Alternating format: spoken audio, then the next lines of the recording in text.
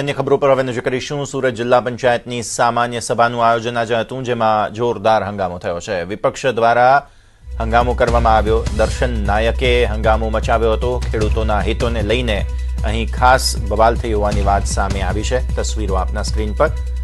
દર્શન નાયક અહીં હાજર હતા અને તેમણે હંગામો મચાવ્યો હતો। સામાન્ય સભાનું આયોજન હતું। કીર્તેશ આપણી સાથે છે। કીર્તેશ, સામાન્ય સભાનું આયોજન હતું, હંગામેદાર રહી આ સભા? जिला पंचायत में सामान्य सभा आज आयोजन કરવામાં આવ્યું છે।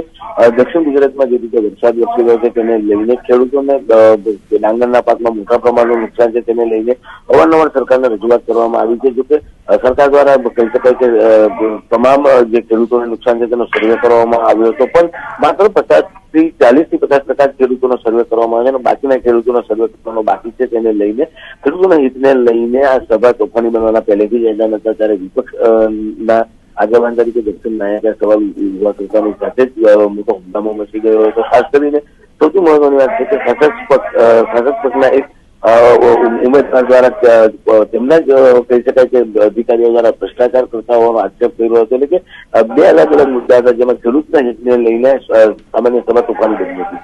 બિલકુલ, આભાર આ સમગ્ર માહિતી આપવા માટે। સુરત જિલ્લા પંચાયતની સામાન્ય સભાનું આટલા સમય બાદ હવે જ્યારે આયોજન કરવામાં આવ્યું છે, તો આ સામાન્ય સભા હંગામેદાર રહી છે।